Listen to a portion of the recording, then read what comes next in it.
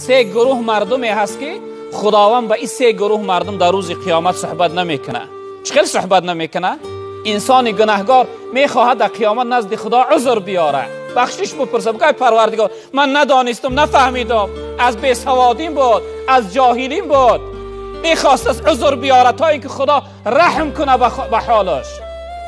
اما خداوند نمیخواست است به این جمله مردم صحبت کردن، نمیخواست است که سخنهای اینها را بشنوه. لا یکلمهم الله یوم القیامه ولا یزکیهم. گناهی این سه گروهی مردم خداوند نمیبخشیده. رب العالمین نمیخواست است که به این سه گروهی مردم صحبت کنه و گناهی سه گروه نمیبخشیده است. یعنی از او 99 رحمت آخرت پروردگار محروم و بی‌نصیب از زناگر. ولا ینظر الیهم. به حال این سه شخصیت نظری رحمت نمیکرده خداوند، نمیخواست است ببینشون. برادری عزیز بزرگوار، خیلی وعیده های سختی. یک بار فکر کن، خدا نمیخواه با تو صحبت کنه، خداوند گناهات نمیبخشه و خداوند نمیخواست است که ببیند.